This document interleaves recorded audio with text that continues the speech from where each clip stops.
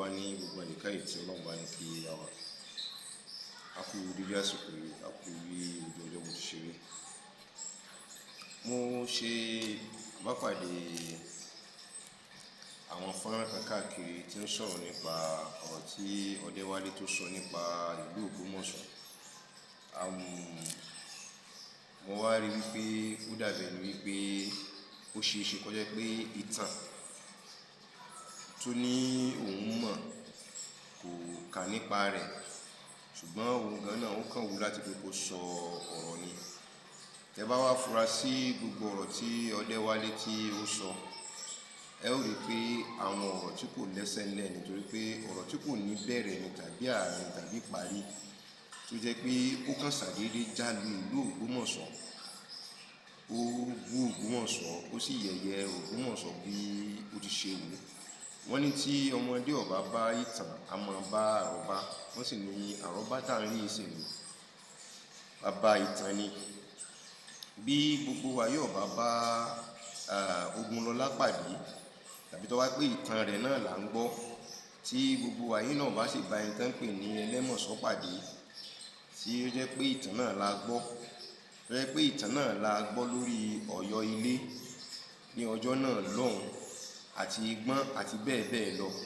Ìtàn la gbọ́, bọ̀tà arákùnrin tá à ń bi léèrè ní ìsìn tí ń jẹ́ Núrénì tẹ́lẹ̀tẹ́lẹ̀ kó tó di pé ó di oníṣẹ̀ṣe, tó wá ń gba wájú tó ń gbẹ̀yìn ní ìsìn, tí ń tàti profession kan láti ibi iṣẹ́ ilé ìkọjá sí ilé yìí, tó wá ń sọ̀rọ̀ burúkú nípa Ògbómọ̀ṣọ́, tó wá ń sọ bí ìgbà tó yẹ pé Ògbómọ̀ṣọ́ jẹ́ bí ìlú ẹrú, bí ìgbà tó yẹ pé ìlú tí wọ́n fi wọ́n dógò, wọ́n fi wọ́n ṣẹrú ni. Bí kò bá tiẹ̀ bá kankan nínú àwọn ìtàn yẹn, tí kò bá tiẹ̀ káwò, tí kò bá tiẹ̀ rìn, àwọn kan ń bẹ tí wọ́n jọ lo ìgbà tó yẹ pé òun náà dé bá nínú ìgbà, táwa gan náà sì bá wọn nínú ìgbà, tá a sì tún jọ wà pẹ̀lú wọn di sin, tó sì dá mi lójú pé òun náà mọ̀ pé wọ́n ń bẹ láyé gẹ́gẹ́ bí òun náà ti ṣe wà láyé. Àkọ́kọ́ jùlọ ni pé ó lọ béèrè lọ́wọ́ ẹni tó play róòlù ẹlẹ́mọ̀ṣọ́ tá ń pè ní Lálùdé. Ó ń bẹ láyé, àwa pẹ̀lú rẹ̀ là ń jọ ń gbé kù, àjọ wà ń bẹ ni. Ẹlẹ́ẹ̀kejì náà ni pé kó tó lọ rí béèrè, kó lọ rí ṣèwádìí ẹni tó play róòlù Ṣọ̀ún tó gbórí ẹlẹ́mọ̀ṣọ́ nígbà náà, that is bàbá wa Lérè Pàímọ̀. Wọ́n ń bẹ láyé, wọn tí kú.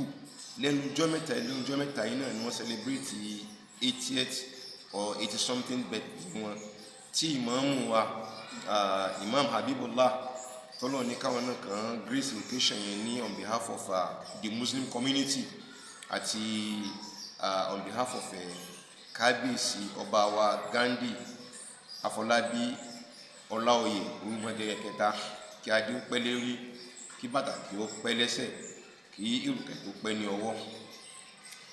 Mo fẹ́ fi rán bàbá yìí náà létí pé bí kò bá tiẹ̀ bá gbogbo ìtàn yẹn, àwọn táwọn wí yìí wọ́n wà láyé. Ẹ jẹ́ ká sọ pé script náà ni wọ́n kọ fún wọn láyé ìgbà tí wọ́n fi kọ script yìí fún wọn. Ó dàbí ẹni pé nígbà tí fíìmù yìí náà tó fi jáde, bàbá wa Lámídì ọba Ọ̀yọ́ kan tó gbéṣẹ̀ ní fíìmù yìí ti jáde, wọ́n sì ti gbọ́, wọ́n sì ti rí. Kí ló jẹ́ kí n máa rí fáà gbogbo wa síbi fíìmù yìí? Torí pé àwọn ọmọ ìsìn yìí tọ́lọ́hùn pé kí wọ́n lè máa jókòó láti máa ka ìtàn tàbí láti máa ṣe ìbéèrè. Irú fíìmù yẹn náà sì tún wà káàkiri tó yẹ pé wọ́n sì tún ti ṣe débi pé mi ò tí ì fi gbogbo ara tí ìfẹ́ fẹnu sọ wípé ó wà lórí YouTube, bọ́ mo rí pé ìpè rẹ̀ tí wọ́n gé, àwọn kan join ẹ̀ mọ́ra wọn tí wọ́n fi ń sọ ọ̀rọ̀ tí wọ́n fi hàn lórí YouTube. Kí ló bí tó fi ń wáyé bẹ́ẹ̀? Nígbà tí a ní problem pẹ̀lú ọmọ lásán ìkejì ajá tó dé, tó bọ́ sáàrin ìlú, tó di fọ́bi fọ́ran, tó fọ́n gbogbo ìlú ká, tó fọ́n gbogbo ẹbí ká, tó fọ́n gbogbo ìdílé ká. Kí ló wá gbẹ̀yìn rẹ̀? Ìwọ̀n ń wọ́nà pé kán mọ̀ bọ̀ wá, kán wá sopọ̀, ìwọ̀n ń pé ẹ jẹ́ káwọn ọjọ́ dàpọ̀. Ṣé ó ṣeé ṣe bẹ́ẹ̀? Mo ti sọ fún yín pé application kan bẹ tí wọ́n ń pè ní òpó. Tẹ́ báyìí ti lè gbé ọ̀rọ̀ rẹ̀ wọnú rẹ̀ báyìí, kò sí nǹkan míì tó lè gbé jáde fún ìkọmọ lẹ́yìn kọmọ sọ fún pé error ní nǹkan tí yóò máa gbé jáde fún yín. So kí ni nǹkan tí mo fẹ́ fà jáde ni pé ṣẹ́rí gbogbo àwa tá à ń sọ̀rọ̀ nípa Odewale, mo dúpẹ́ lọ́wọ́ gbogbo wa púpọ̀ pẹ̀lú fífi ọmọ akin hàn lórí ọ̀rọ̀ tá à ń sọ lórí ọ̀dọ̀ wọn. I'm really impressed and disappointed. Kí ló fa disappointment mi nísìn ni pé ṣe rí nǹkan tí Odewale tó ṣe, mo fẹ́ sọ fún pé tí Odewale ṣe compared to èyí tí Yunusa ṣe Lati tó ṣe nílùú Ògbómọ̀ṣọ́ ó worst. Wallahi, compared to èyí tí Lati tó ń ṣe lọ́wọ́ ní ìsìn pẹ̀lú àwọn godfather rẹ̀, àwọn igi lẹ́yìn ọgbà rẹ̀, pẹ̀lú nǹkan tó ń ṣe lọ́wọ́ báyìí l'Ógbómọ̀ṣọ́ ó worst tí Odewale lọ. Ìjẹ́ ọmọ akin, ìjọ́mọ òdodo, ìjọ́mọ ọkọ tí a lè fi hàn ní pé ẹ kín lọ́ba níkà lẹ́yìn kẹ lé Yunusa lọ. Bẹ́ẹ̀ ni, in the whole world, ní tán sọ pé lọ́ba níkà ló hate Yunusa, òyìn lọ́ba níkà ló hate ẹ, gbogbo yín náà tẹ́jọ́ mọ Ògbómọ̀ṣọ́, ẹ sì jẹ́ ká máa believe pé mo hate Yunusa ni. Why will I hate him? Over what? Nípa kíni? Ìran mi ò kí ń jẹ imam, àwọn ọmọ mi náà kí o, mo láwọn àbúrò tí wọ́n ké, but inshallah nínú mọ́sálásí ara wọn tí wọ́n bá kọ́ àbí nínú èyí tèmi náà bá kọ́ wọ́n ṣe ìmáàmù níbẹ̀, àmọ́ kìí ṣe tìlú, kò lè ever kàn wọ́n. Bí wọ́n fọ́n kò lè kàn wọ́n, torí ti ní procedure nílùú wa, nílùú bàbá wa bá ṣe ń ṣe. Bàbá tó yìí bí bàbá tó bí bàbá wa, èmi gbọ́njú bá wọn ni, wọ́n sì ń sọ fún wa pé ibi tí wọ́n bá ti ké mú yín bọ̀ tó bá ti kẹsẹ̀ yín bọ̀ ọlọ́ọ̀lọ́lá ẹ mọ́ tójú bọ́ ọlọ́ọ̀lọ́lá, ọlọ́run gbé ọlá ti ní lọ́wọ́. So kò sí kankan ní wọn tá fún wọn ní history. Tẹ bá rẹ̀ nìkan tí máa ń tẹ̀lé Yunusa kálẹ̀kálẹ̀, ó ní ìwà ọmọ àlè lára, ọmọ àlè ló ní lára. Torí wọ́n ní ká mọ́ tì mú bọ̀ nǹkan tí ọba ká sì mọ̀ dúró lórí òdodo. Ẹni tó bá lóun tẹ̀lé nínú ìran mi, ẹ bí léèrè pé kí ni condition tí fi ń bilẹ̀ ẹ rí pé glutton ni, oníjẹkújẹ ni, arébipa ni. Kò dìgbà téèyàn bá ẹsẹ̀ ń gbé abọ́ kálẹ̀ káàkiri pé ẹ fún mi lóúnjẹ báyìí tí mo fẹ́ jẹ kẹ́ ẹ tó mọ̀ lárébipa. Gbogbo ẹ tí ọba ti lè conscience, tí ọba ti lè jó kòkòrò ọpọlọ rẹ̀, mo wọnú tasbi, mo lọ rí ra àwọn provisions mi, mo ṣe máa ń rà weekly. Bí mo ṣe lọ, mo dẹ̀ like kí n máa ka ìwé níwọ̀n bá tọ́lọ́run bá fún mi lágbára. The little ones mo bá lè kà. So I decided pé who is going to be my next companion? Nígbà tó yẹ pé àwọn ètò wà lọ́dọ̀ mi nísìnyí, I think I've gone through them. Wọ́n kàn jẹ́ pé mo kàn tún pass through àwọn kankan tẹ́ torí pé àwọn courses kan tí mo ń ṣe online kò jẹ́ kí n lè gbé àwọn ìwé yẹn kí n pé mo fẹ́ kà wọ́n níjọ́ mẹ́ta yìí. Mo wá lọ nígbà tí mo wọnú tasbi fún mo lọ rí ra àwọn kìnnì provision mi mo fẹ́ mọ jáde. I decided to go and check on books tó wà ń bẹ̀. Ìgbà tí mo àdìbí mo bá lórí kan ìwé yìí, mo ti kárí tẹ́lẹ̀tẹ́lẹ̀. How to think like a Roman Empire. The stock philosophy of Marcus Aurelius by Donald Robertson. Ó nìyí. Mo bá mú ìwé yìí immediately mo ṣe rí ìwé, I was highly impressed. Mo bá sáré mú ìwé mo bá kà. Ṣé mo kàn tí Ọlọ́run fi ìwé tí mo rà yìí tó fi ṣe fún mi pẹ̀lú gbogbo struggle tí mo ń tó wà nínú ọkàn mi àti ara mi pẹ̀lú nǹkan tí mo ń ṣe. In tí ó kọ́ mi jùlọ tí mo kọ́kọ́ lọ rí bá pàdé bẹ́ẹ̀ ni pé bàbá kábíyèsí Ọlọ́run bá yóò jẹ́ kí ẹ̀mí kó gùn, kò sì ní gùn lórí ìyà. Wàláhì Ọlọ́run bá kó yóò jẹ́ kí ẹ̀mí kó gùn gidi gan, kò ní gùn lórí ìyà. Mo wá ń wò ó torí mo bá ti ṣe máa kọ́kọ́ lọ síbi introduction, máa sì lọ síbi preface, gbogbo mo ṣe máa ṣe gbọ́n bá ti ra àwọn ìwé láti mọ̀ wò nínú àwọn nǹkan tí mo ti kà síwájú tẹ́lẹ̀tẹ́lẹ̀. Mo wá decide láti pé let me go into the content, kí n ṣe wo nǹkan tó wà ní content ẹ̀, kí n wo nǹkan tó bá àsìkò yìí mu tó yẹ pé ni mo lè kọ́kọ́ gbé wò tó yẹ pé màá kà máa lè rí kí n lè bá mọ̀ pé how do I go about my life mo ṣe ń ṣe. Nígbà tí màá rí mo wá lọ rí wo ibì kan, ó wá trigger mi, ó ní how to conquer anger. Mo wá rí pé oníbínú ni mí ní tòótọ́, though there are some things that I have been adjusting nínú rẹ̀. Yes, I do, I know, but there are some things ọ̀pọ̀lọpọ̀ tí ó ti pè mí lákìrèsí. You have passion for your land and you have passion for the truth, but the way you go about it, people will just look at maybe you are doing it because you want to gain your material aspect of it. You got annoyed easily, you abuse easily, you do everything easily, you answer people easily anyhow. So I now decided to give it a trial so that I should be able to calm down anything I'm saying. It's one of those things we learn in the classroom. Even if it's online, we still continue to be in the classroom because we learn it. We are still in the classroom to learn one or two things. mo wá decide láti lọ rí kọ́ pé how to conquer anger. Wallahi mo fi Ọlọ́run bá búra fún yín, the moment I started reading it, kò sí nǹkan mi tí mo bá pàdé nínú ìwé yìí nígbà tí mo bá pàdé. Wallahi tallahi mo fi Ọlọ́run ọlọ́jọ́ ni mo fi búra fún yín wípé mo ń bá Ọba Gandhi, Afọlábí, Ọláoyè, Orúmọgẹ́gẹ́ kẹta oní mò ń kà nínú ìwé yìí. Completely nǹkan tí wọ́n ti ìwé yìí tí ń translate fún mi tí mò ń kà, mo wá wò pé ọkùnrin yìí wọ́n máa wí pé ó wà very patient, ó ti lè kọ́tẹ́ wà active, kọ́tẹ́ burú, kọ́tẹ́ ṣe kínní, kọ́tẹ́ ṣe. Mo wá rí nature bí kábíyèsí ṣe ń capture àwọn ọ̀tá wọn tí wọ́n ń kó wọn sí àtẹ́lẹwọ́ báyìí tí wọ́n dẹ̀ fi ìhónú wọn tí wọ́n fi hàn. Wallahi mo wá wò níbi nǹkan tí wọ́n pè nínú ìwé tí wọ́n pè self monitoring. Ẹ jẹ́ kí wọ́n á jump kó mbẹ́ kí wọ́n á lọ rí bọ́ síbi tí wọ́n ti ń pè ní postponement of anger. Mo wá kó mbẹ́ mo wá tún wá wo nǹkan tí wọ́n pè ní modeling virtue. Modeling virtue yìí bẹ́ẹ̀ ni mo gbé ti rí ọ̀pọ̀lọpọ̀ nǹkan tí mo tún wá àti àwọn analysis kéékèèké tí wọ́n ṣe nípa kábíyèsí. Ó wá sọ kí ni kò wípé we are naturally social animals. Ibi tí mo ń bọ̀ nìyẹn, that we are socially naturally social animals. O kò bó láti control animalistic tó wà lára pa. Mo wá jókòó mo wá rethink ara mi, mo wá rí pé sẹ́rí nǹkan tí Odewale ṣe, he's been paid to do it. Wallahi nǹkan tẹ́rí tí Odewale tó ń ṣe yẹn, he's been paid to do it.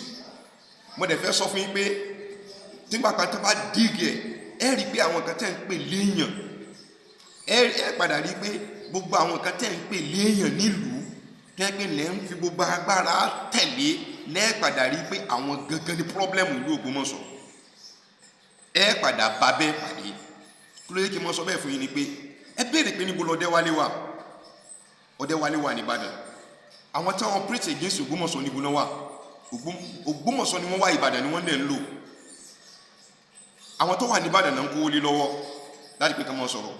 Tí kìí bá ṣe pé wọ́n bá fún Odewale àti bó ti ń lọ, tí kìí bá ṣe pé wọ́n fún wọn, why can you just come up on air and air something like this? Ẹ jẹ́ kí n sọ tọrọ kan fún yín lórí waves. Nǹkan tẹ́mi náà mọ̀ níwọ̀n bá ní. Wọ́n bá ní mi ò mọ̀ nǹkan kìí ṣe bí ti báyìí. Àwọn nǹkan tẹ́mi náà mọ̀ níwọ̀n bá ní. Ṣé nígbà mi kò tó di pé interview ọ wáyé? Àwọn studio tán pè yìí, there is no reason why they call you. O lè ṣàdédé sọ fún ẹ pé o fẹ́ wá grant wọn ní interview, they should come out. No. Wọ́n ti inform ẹ pé look, we want to discuss current affairs. A dẹ̀ fẹ́ sọ̀rọ̀ nípa nǹkan báyìí. Àbí ṣe ti gbọ́ latest news tó jáde láàárọ̀ kùtùkùtù yìí, kí lẹ rí tẹ́lẹ̀ bá wa sọ nínú rẹ̀, ẹ dákun tó rọlẹ̀ ẹ máa bọ̀, we are waiting for you.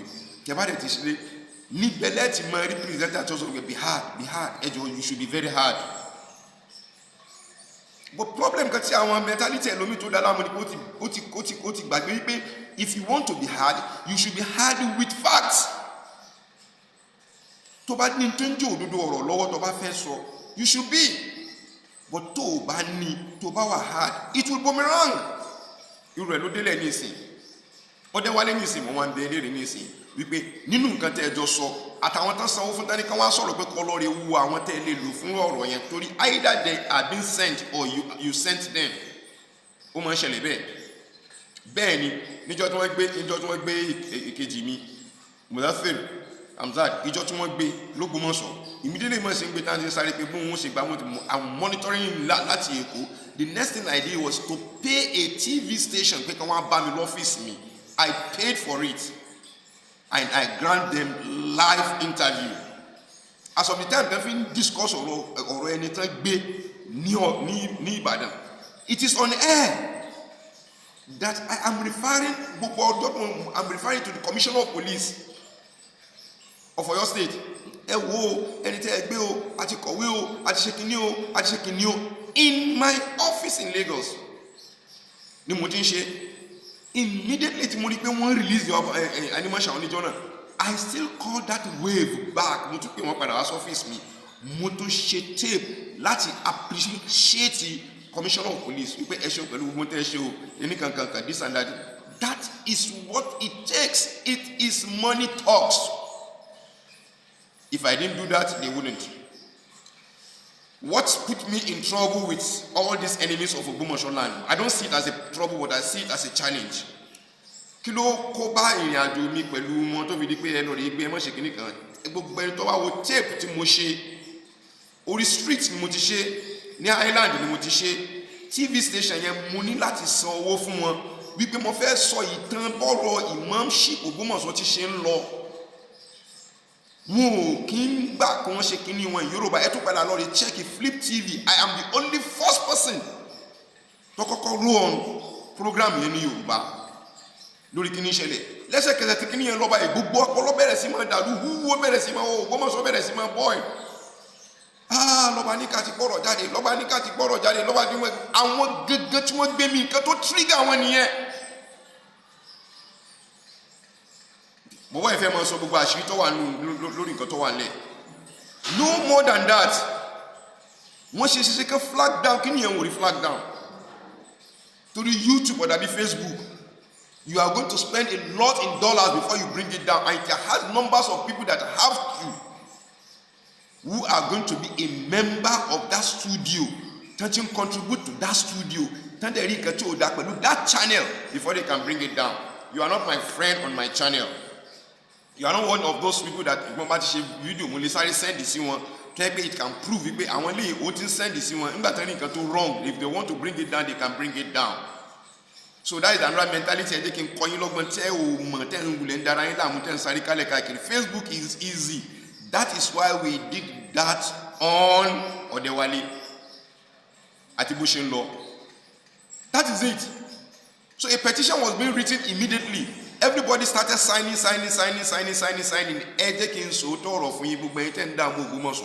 The way we bring down that page, that is the way we are going to bring you down very, very soon.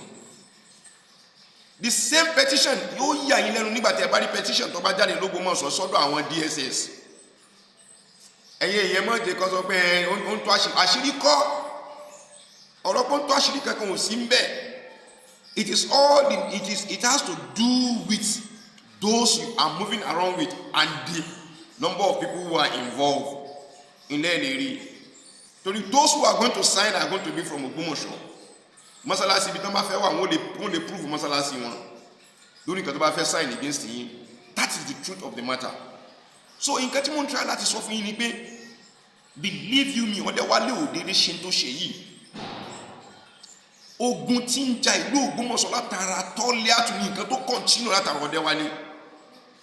Àwọn kan tẹ́ ṣe pé láwọn àgbààgbà lútẹ́ fíl tí wọ́n mọ̀ ní Ìbàdàn tán jọ ń ṣe pọ̀ ní Ìbàdàn, àwọn náà trigger kìíní yẹn bí wọ́n ti ṣe ti Supreme Council for Islamic Affairs. Ṣé rò pé Sultan of Sokoto ọ̀ráyè Ògbómọ̀ṣọ́ ni tó fi wá jókòó sọ káwọn mùsùlùmí Ògbómọ̀ṣọ́ àbáwọn mùsùlùmí ilẹ̀ Yorùbá wọn ní problem. Wọ́n sọ pé lórí set up committee kan máa ṣe. Àwọn kan ni wọ́n ní kangaroo committee tán gbé kálẹ̀ káàkiri. Níjọ́ tẹ́mi kìíní yìí sọ fún yín wípé mo ní èèyàn mo ní mẹ́mbà nínú wọn pé tó ti sọ fún pé kangaroo ni mo dẹ̀ sọ fún pé kangaroo ni they don't believe me. Lọ́ba nígbà tó ti bẹ̀rẹ̀ o, ó ti bẹ̀rẹ̀ o. Ẹ̀túbọ̀ nǹkan tó ti ń sọ. But up till now you've never faulted me lórí àwọn nǹkan tí wọ́n sọ jáde pé nǹkan tó ń sọ yìí pé ibi tó ti parọ́ nìyí. Odewale watch your back. Gẹ́gẹ́ bí nǹkan tí mo ń sọ kì í ṣe pé mo ń support nǹkan tó ń ṣe. But the only thing I just want you to understand tó yẹ kó jẹ́ Odewale náà kó wò ni pé ẹ lọ rè wo fíìmù Ògbórí Ẹlẹ́mọ̀ṣọ́. Tó bá jẹ́ pé Ṣọ̀ún ọjọ́ náà lọ́hùn tó bá fẹ́ bẹ́ orí Alaafin dànù kó bẹ́ dànù kó pé láti ibẹ̀ ló ti fẹ́ máa control àti Ọ̀yọ́ àti gbogbo ẹ̀. Ẹ rò pé nìkan lè stop ẹ ni. Ẹni tó gbórí Ẹlẹ́mọ̀ṣọ́ wa ní ti ń dààmú ìlú wọn tí wọ́n mọ̀ ebó ti dààmú ìlú wọn tí wọ́n rí wọ́n ti fẹ́ ṣe gbogbo àwọn ọlọ́dẹ ìlú Ọ̀yọ́ pátápátá ló ti pátápátá. Ilé wo ló lè jáde nínú àwọn ọlọ́dẹ Ọ̀yọ́? Ọba àlùkùn ò lè jáde. Kálukú kò sẹ́ni tó lè jáde lóru lálẹ́, kò sẹ́ni tó lè jáde lóru. Just mere arguments níbi tó ṣẹlẹ̀ láàrin Ṣọ̀ún Ogunlola. Ìní wọn torí rẹ̀ náà mú àrokò lásán wípé kọ́ wá lọ ní rárá níbi tí Ọlọ́run ya àwọn òbí wa ní akíndé kí ní ń bà yín lẹ́rù kí nìkan tẹ́ ń wò pẹ̀lú lọ́ba ní kàtẹ́ ló gbógun tì yín àwa fi ju àwọn baba ńlá baba wa ni. Torí pé ó jẹ́ akín ó ní ẹwẹ́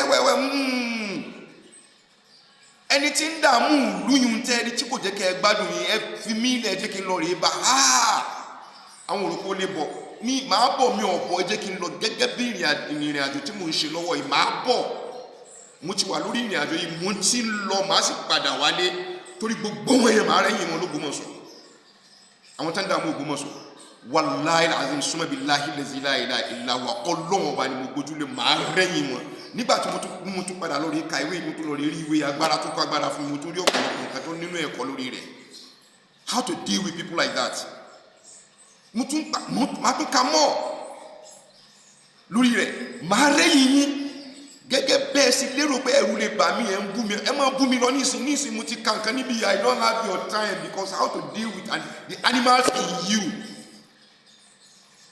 those who don't reason irú wọn ni Odewale nínú àwọn tó sponsor Odewale nínú àwọn findings tèmi tó wà lọ́wọ́ mi àwọn ọmọ Ògbómọ̀ṣọ́ ló sponsor rẹ̀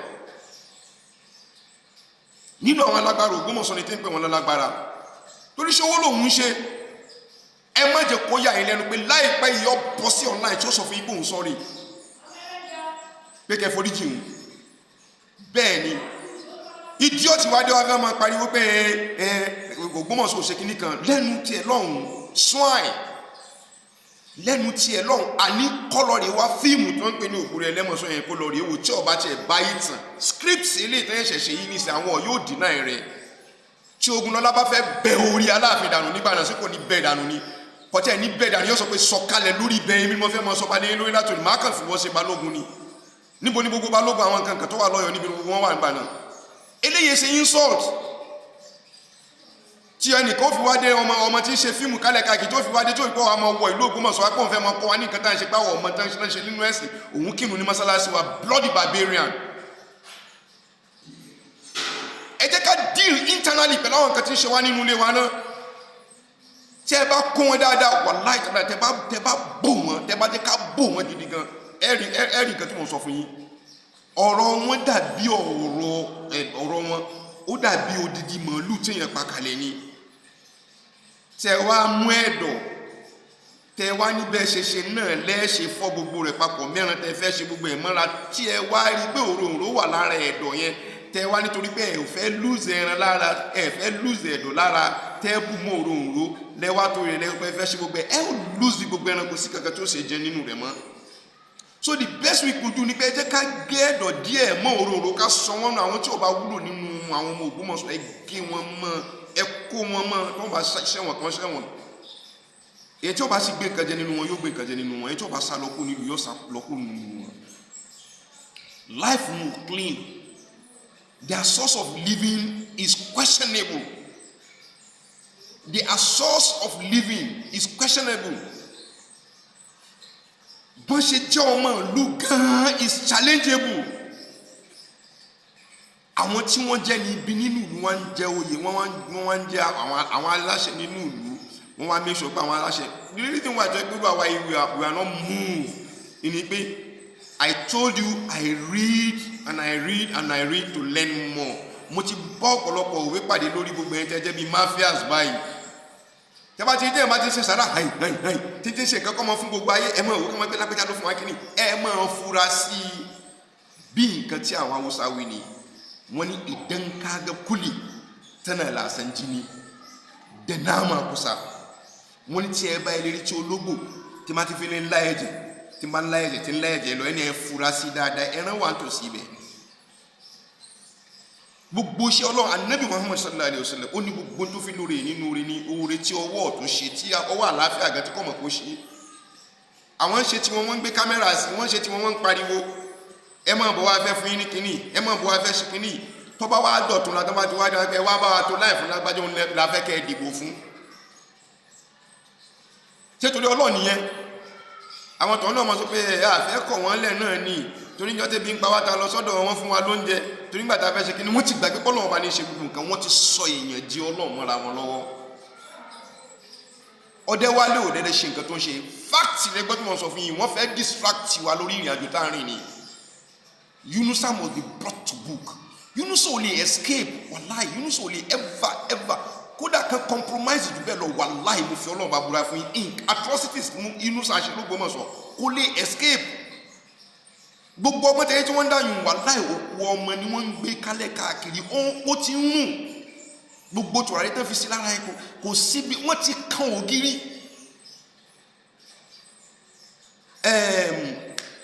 Brọ́dà mi tó wà ní Canada yìí ti ń jẹ́ ayélóyún ó ní aláwọ̀mọ́ ẹni tí tiẹ̀ ti jóná kò ní kó náà mọ́ tiwa tiẹ̀ ti jóná wọ́n mú kúnra ni. Mo lè mú àwọn example mélòó kan fún yín láwọn tó ti fara nù wọ́n báyìí títí wọ́n ti bá wọn tó fara nù wọ́n báyìí tó pé tí wọ́n ti bá wọn tí ń dà wọ́n láàmú. Believe you me sincerely speaking, mo rí ẹni tó fara nù wọ́n báyìí tó pé tí wọ́n ti bá wọn tí wọ́n ṣàánú wọn tí wọ́n láàánú lára mọ́. That is the truth of the matter. Ẹgbẹ́ kí wọ́n sí rí ìwò ní ìsìnkọ́ jáde kọ́ sọ pé sẹ̀lú àlánàbí kẹrin kẹgbọ́rú òṣè táwọn èèyàn pa lẹ́yìn rẹ̀. The so-called mufti ìwò ní ìsìnkọ́ kó jáde kó fẹ́ sọ̀rọ̀ ní ìsìnkẹ́ ibi tọ́rọ̀ rẹ̀ já sí.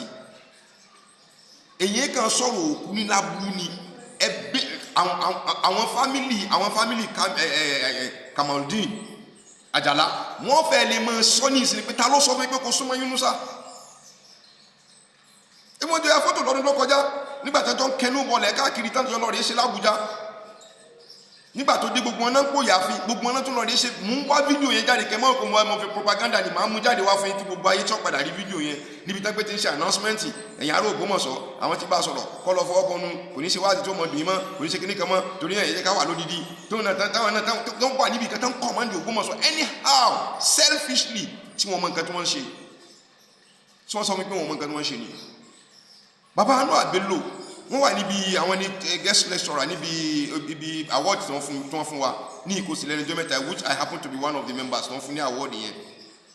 Nínú lectures tí wọ́n ṣe tí mo gbọ́ dáadáa tí mo wà lórí ìjókòó mo tún délé mo tún ẹ̀ṣẹ̀ tún digest síra ní mo wò láàárọ̀ yìí nínú nǹkan tó sọ tí wọ́n sọ wọ́n ní kílẹ̀ ń fọ́ọ̀mù kọ́mítì sí wípé nígbà tẹ́ ẹ ṣe tán tẹ́ ẹ wá sọ wípé ẹ ṣe tán ní ìsìn ẹ sọ pé ẹ fẹ́ sọ ọ̀rọ̀ ẹ̀sìn ẹ wá kóra yín lọ sọ́dọ̀ ex-senator nílé rẹ̀ tó yìí jẹ́ pé yàn àfa àtẹ lọ sílé ex-senator yìí tẹ́ fẹ́ lọ rí máa sọ ọ̀rọ̀ yìí ìmọ̀ lọ́wọ́ lára yín tí ó sì sí ìmọ̀ yín lára títí ẹ̀ ẹ wá lóhùn lọ́fẹ́ bá yín decide tẹ́ fẹ́ sọ lórí ọ̀rọ̀ yìí mọ̀ ọ̀rọ̀ yìí mọ̀ ní nǹkan tó wà lẹ̀ tẹ́ kó tọ́ra àbòsí lọ́wọ́ ń lo onígbà tẹ́ bá rí pé bá ká pa àbòsí yẹn tẹ́ bá ká kúrò ńlẹ̀.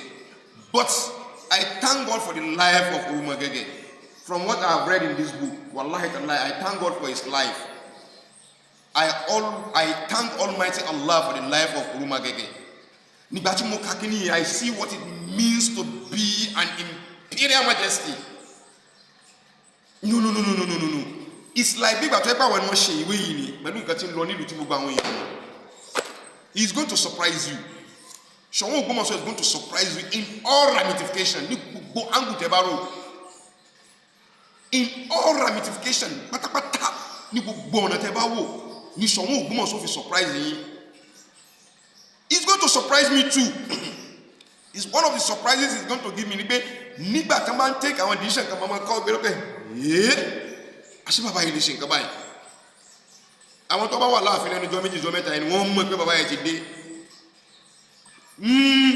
Nǹkan pè ní sọ ó ti balẹ̀ sára bàbá. Ẹni tó kàn ń lọ́mọ̀. I don't want to go too far but òun kì ní ọ̀padà rùn jáde. So Odewale ò dédé máa sọ nǹkan tó ń sọ. Láti Ògbómọ̀ṣọ́ ni wọ́n ti trigger wọ Ìbàdàn àwọn ọmọ Ògbómọ̀ṣọ́ tí wọ́n jẹ́ pé wọ́n wà within the government. Tí agbára government politically and everything tó wà lọ́wọ́ wọn àwọn ni wọ́n ń fún ní tàkìtàn tán ní kọ́ mọ pàtàkì tán ọ̀pọ̀lọpọ̀ nínú wọn sì sọ pé àwọn ka ìtàn àwọn náà tún sọ pé àwọn tó kọ́ àwọn èèyàn ní ìtàn wọ́n sì tún máa fi sọ̀yà pé àwa náà mọ̀ tán ọ̀rọ̀ ọ̀tàn ló dé ní ìsìn tí wọ́n wá yẹ̀ yóò Ògbómọ̀ṣọ́ ní ìsìn tí ò sí kankan nínú wọn tó lè wá pé press conference immediately láti debunk Odewale kí ló dé mo fi lè debunk ẹ̀ torí pé wọ́n gbógun ti ìlú Ògbómọ̀ṣọ́ wọ́n gbógun ti Ṣọ̀ún alálẹ̀ ìlú òsì ní jẹ́ gbádùn pẹ̀lú ògo Ọlọ́run.